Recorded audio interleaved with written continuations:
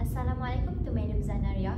We are from group AC2206A and we would like to present on APM Automotive Holdings Bhd and Latitude 3 Holdings Bhd. My name is Yurnabila binti Abdul Rahman. My name is Maizatul Ika binti Zulkifli. I'm Naimah Syafiqah binti Basirul. And my name is Siti Kairani Bafada. So APM Automotive Holdings Bhd is an industrial product sector, and Latitude 3 Holdings Bhd is a consumer sector. Now we proceed with the background of the companies. So APM Automotive Holdings Bhd, it is a Malaysian automotive parts manufacturer that has expanded to become a major regional supplier and now to global markets. It provides and delivers original automotive parts for the process of assembling new vehicles usage as well as repetitive substitute parts. The company's products are classified into three main allotments, namely interior and plastic, suspension and electrical, as well as heat exchange allotment. APM's goals is to be a competitive regional automotive components manufacturer in the short or mid-term and a global supplier in the long term. Next, Latitude 3 Holdings Bhd. So Latitude 3 Holdings Bhd is an integrated household furniture manufacturer specialist in the manufacturing and sale of wooden household furniture and components, particularly rubber wood furniture for domestic and export markets. So it was incorporated in Malaysia as an investment holding company. It is operated from its three factories in Malaysia, two factories in Vietnam and one factory in Thailand. So the total floor area of the six manufacturing plants is approximately 8.0 million square feet, and the total workforce as at 30th June 2018 is approximately 7,000 workers. So the main products manufactured by the group are bedroom collection sets, dining room collection sets, and living room collection sets. Next, we proceed with the comparisons of the similarities and the differences of the companies with regards of statutory requirements. First we proceed with the MFRS 15, which is the revenue from contracts with customers. So for APM Automotive Holdings Bhd, the group will intend to adopt MFRS 15 beginning on 1st January 2018, and the comparative will not be restated. However, for the 3 Holdings Bhd, they have adopted the MFRS 15. So we proceed with the APM Automotive Holdings Bhd. So this MFRS 15, it is recognized revenue from contracts with customers on the basis that persuasive evidence exists, usually in the form of an executed sales agreement, and that the significant risk and reward of ownership have been transferred to the customers. And upon the adoption of MFRS 15, so the group will recognize revenue when or as a performance obligation is satisfied. For instance, like when the control of the goods or services underlying the particular performance obligation is transferred to the customers. However, for Latitude 3 Holdings Bhd, or the customers sector, the consumer sector, so the revenue from sale of goods is currently recognized upon the transfer of significant risk and reward of ownership of the goods to the customer. And the revenue is measured at the fair value of the consideration received or receivable, net of returns and allowance, trade discount, as well as the volume rebates. And the group has assessed the impact of MFRS 15 and determined that there's no significant impact to the company's financial statements. And the presentation and the disclosure requirements in MFRS 15 are more detailed in the current standard. Accordingly, the group anticipated that the presentation relevant disclosure will be enhanced. Next, we proceed with the MFRS 119, which is the employee benefits. For Latitude, for APM Automotive Holdings Bhd, so employee benefits, we use short-term employee benefits obligations in respect of salaries, annual bonuses, paid annual leave and sick leave, which are measured on an undiscounted basis and are expensed as the related service is provided. And a liability is recognized for the amount expected to be paid under short-term cash bonus or incentive if the group has a present legal or constructive obligation to pay this amount as a result of past service provided by the employee, and the obligation can be estimated liability. However, for Latitude 3 Holdings Bhd, they still use our short-term benefits in respect of wages, salaries, bonuses, social security contributions, and they're recognized as an expense in the year in which the associated services are rendered by the employees. And the group and the company participate in the national pension scheme as defined by the law of the country in which it has operations. So the contributions to defined contribution pension schemes are recognized as an expense in the period which the related service is performed. For instance, like the APF in Malaysia, okay? And the amendment of MFRS 119, so the plan amendment has been issued but not yet effective, and it will be effective for annual periods beginning on or after 1st January 2019. For MFRS 2 share-based payment, both of the companies have not adopted the standards, and it will be effective for annual periods beginning on or after 1st January 2018 for APM Holdings Bhd and 1st January 2020 for Latitude 3 Holdings Bhd. For MFRS 126 Retirement Benefit Plan, APM Holdings Bhd adopts defined benefit plan instead of contribution benefit plan. The group's net obligation in respect of defined benefit plan is calculated separately for each plan by estimating the amount of future benefits that employees have earned in the current and prior periods, discounting that amount and deducting the fair value of any plan asset. The calculation of defined benefit obligation is performed every 3 years by a qualified actuary using the projected unit credit method. When the calculation results in a potential asset for the group, the recognized asset is limited to the present value of economic benefits available in the form of any refund from the plan or reduction in future contribution to the plan. Meanwhile, for Latitude 3 Holdings Bhd, the group adopts defined benefit plan for retirement benefit obligation.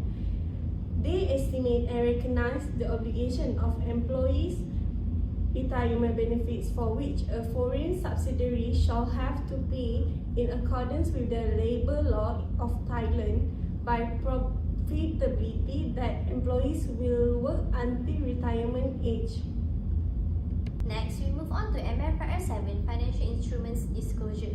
First, for APM Holdings Bhd, the credit risk is the group's exposure to credit risk arises principally from its receivables from customers, related parties and joint ventures. The company's exposure to credit risk arises principally from loans and advances to subsidiaries. Next, we move on to liquidity risk.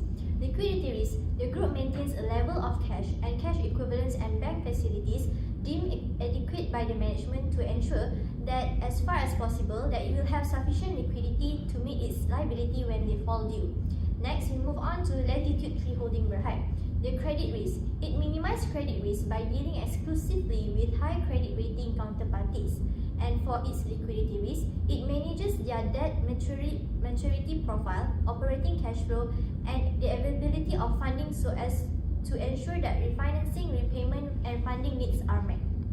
Okay, so for APM Holdings Bhd currency risk, the group monitors regularly its foreign currency exposures and may hedge its position selectively depending on the size of the exposure and the future outlook of the particular currency unit. The group uses forward exchange contracts to hedge its foreign currency risk. Next, for the interest rate risk for APM Automotive, the management considers interest rate risk on the loans and borrowings to be low as the level of the loans and borrowings are relatively insignificant. For Latitude 3 Holdings Bhd, we can see that their interest rate risk manages interest costs using a mix of fixed and floating rate debts. And for their their foreign currency risk, the group uses forward currency contracts to eliminate the currency exposures on its bank and balances. Next, we move on to MFRS non-financial instruments. For APM Automotive Holdings Bhd, the group assesses the impact of MFRS by estimating the loss rate using flow rate method. Next, upon adaptation of MFRS 9, the group will classify and measure financial assets and its liabilities depending on the group's business model for managing its financial instruments and the contractual cash flow characteristics of the instrument. In respect of impairment of financial assets, MFRS 9 replaces incurred loss model in MFRS 139 with an expected credit loss ECL model. The new impairment model applies to financial assets measured at amortized cost, contract assets and debt investments measured at fair value through other comprehensive income, but not to investment in equity instruments. Next, for Latitude Tree Holdings Bhd under MFRS 9, it is effective for annual periods beginning on or after 1st January 2008 with early application permitted. Retrospective application is required, but comparative information is not compulsory. During the financial year, the group has performed a detailed impact assessment of all three aspects of MFRS 9. The assessment is based on currently available information and may be subject to change arising from further reasonable and supportable information being made available to group in 2019 when the group adopts MFRS 9. Okay, next we move to MFRS 132 Financial Instruments Presentation. For APM Automotive Holdings Bhd, they recognize the treasury share when share capital recognized as equity is repurchased. The amount of the consideration paid, including directly attributable costs, net of the any tax effect, is recognized as a deduction from equity. Repurchased shares that are not subsequently cancelled are classified as treasury share in the statement of changes in equity. Where treasury shares are sold or reissued subsequently, the difference between the sales consideration net of directly attributable costs and the carrying amount of the treasury shares is recognized in equity. As for Latitude Tree Holdings Bhd, they offset their financial instrument. The financial assets and financial liabilities are offset. The net amount is reported in the statement of financial position if and only if there is a currently enforceable legal right to offset the recognized amount and there is an intention to settle on net basis or to realize the assets and settle the liabilities simultaneously. Next, the comparison of the companies with regards to voluntary disclosure. First is corporate social responsibility. For APM Automotive Holdings Bhd, it is divided to three: equal opportunities, knowledge improvement, and community health. In terms of equal opportunities, APM is an equal opportunity employer and prides itself with its high level of employee engagement and excellent workplace culture. For knowledge improvement, they also recognize the value of dedicated and long-serving employees. Continuous skill development and knowledge improvement remain one of the group's key focus area, and this can be seen in the training and development programs which APM implemented for its employees. Next, community health. They also believe that greater wealth is health, where Zumba sessions were introduced to encourage and promote healthy living. For Latitude Tree Holdings Bhd, it is divided into three. First, occupational health and safety. The company have implemented a series of safety measures to ensure the staff can carry out their roles safely. Next, diversity and equal opportunities. They provide competitive and fair remuneration packages to their staff that meet the market standard. Decision related to recruitment, selection, development, or promotion is based on merit, irrespective of gender, age, or ethnicity. Lastly is community development. They support industry-based learning program with public and private universities by providing internship to students. They have been contributing regularly to schools with an objective to assist in the development of education of the less fortunate, as well as give and cash donation to charitable organizations. Lastly, environmental issues. As for APM Automotive Holdings Bhd, APM priorities environmental conservation and it conscious about its sustainability. In operating its business, the group is committed to the protection of the environment, and this commitment can be seen in the various initiatives that have been put in place. Their initiative in carbon footprint reduction and renewable energy have not only alleviated the environmental impact but also boosted economic benefits. They also stress the importance on recycling of used material, cause recycling is everybody's responsibility, where recycle bins were introduced and placed at various APM premises to ease the waste sorting process. As for Latitude 3 Holdings Bhd, energy and greenhouse gas emission, all woods used in the production are FSC and PEFC certified. They also use certified medium density fiberboard to reduce formaldehyde emission. Usage of all machinery, equipment, and appliances are monitored daily to avoid waste. Water. They use water for boiler, spraying booth, cleaning, drinking, cooking, and irrigation. They continued their water conservation effort, which focus on harvesting of rainwater and water recycling. Lastly, waste. They encourage employees and subcontractors to reduce waste and to dispose waste in responsible manner, and they grant contract to responsible disposal companies. Raw material utilization and construction methods are closely reviewed and monitored to reduce wastage and production costs. With that, we thank you.